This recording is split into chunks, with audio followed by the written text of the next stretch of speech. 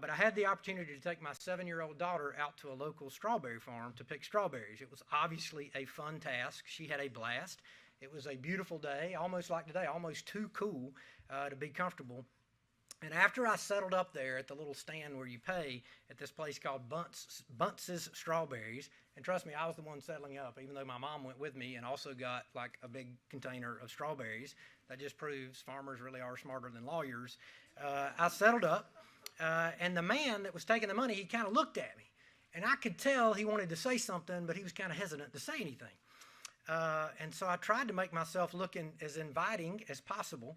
And he finally said, and there's a little side point I need to make here, my father goes by the name MF. So that's a story for another day, okay? It stands for Murd Franklin.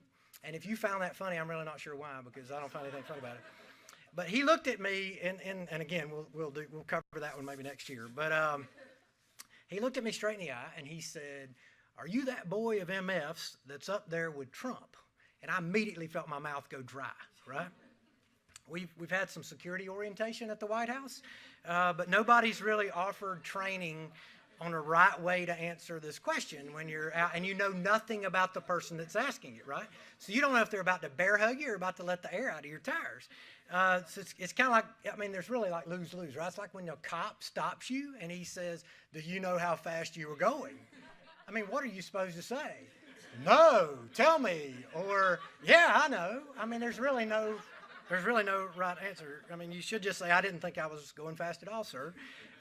But you never know in this environment, and particularly now as people are very passionate about politics, you never know whether saying how you would answer that question, whether it would get you scolded or get you praised. I mentioned my 2 older brothers. The thought did cross my mind. People confuse us all the time. And so I did think about saying, "No, that's my other brother." With all that said, let me be clear. I'm honored to be a part of the president's team. I'm honored to be a part of the administration. And I know that means sometimes facing the music of band members who aren't necessarily playing on the same page of music. So I said, "Yes, sir, I work for the president." And he paused for a second for what seemed like an eternity. Again, I didn't know anything about his politics. I still don't know anything about his politics. And he said, "Put in a good word for us while you're up there."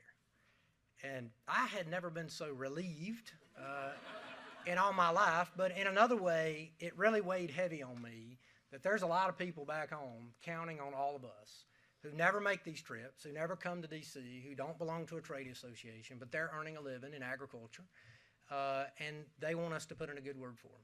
And so tomorrow you're going to have a chance to go to the Hill and to put in a good word, and I would encourage you to do that and to keep this man's advice in mind.